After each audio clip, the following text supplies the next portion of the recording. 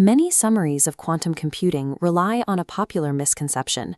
They suggest that while a standard computer tests one password at a time, a quantum computer checks every possible sequence simultaneously by branching into parallel universes. The reality is far more geometric. To see how these machines actually work, we have to look at a core challenge in computer science: isolating a single valid input buried within a massive field of possibilities. Classical hardware is physically constrained by this grid. It must guess and check. Because a traditional bit is either a 0 or a 1, the processor has to tick through every individual data point. For a list of a million options, the runtime scales linearly with the size of the list.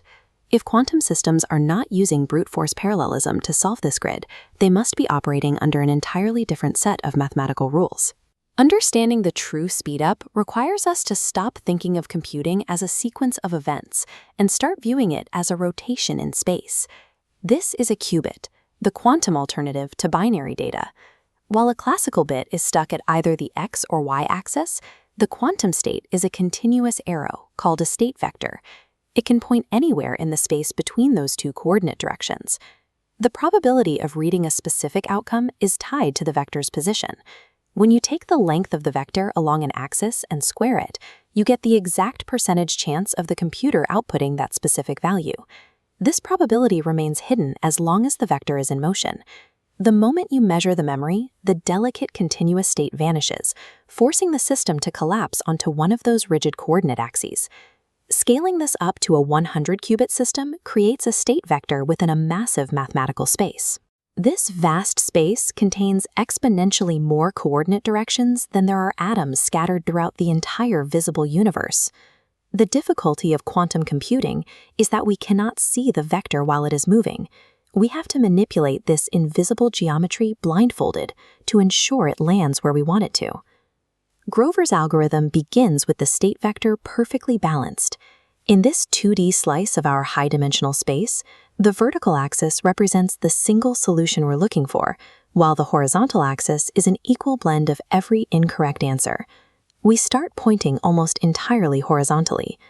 First, the algorithm applies a gate that identifies the target solution and flips its sign. In our diagram, this reflects the vector across the horizontal axis. Since squaring a negative value still results in a positive number, the probability of finding the solution hasn't changed, yet. That reflection sets up the second step. The entire system is reflected again, but this time around the original balance line. By bouncing the vector off this diagonal mirror, the algorithm forces the state to rotate slightly closer to the vertical target.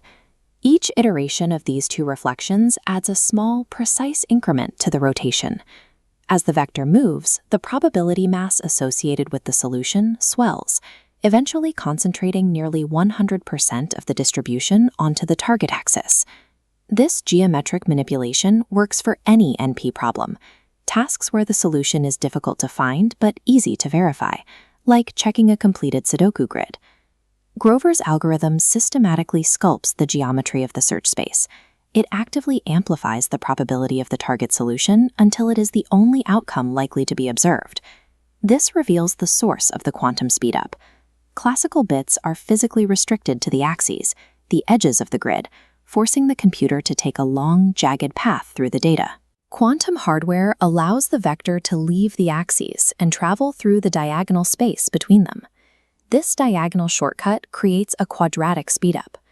To search a list of 1 trillion options, a classical computer requires 1 trillion steps. The quantum rotation reaches the same destination in only 1 million steps. Because the vector is rotating through continuous angles, it may not land perfectly on the axes, meaning there is a small chance of reading a wrong answer. However, a quick classical check verifies the result. If it's incorrect, the quantum process is simply repeated. Quantum computers chart invisible diagonal shortcuts through the geometry of probability, reaching solutions in a fraction of the distance required by the classical world.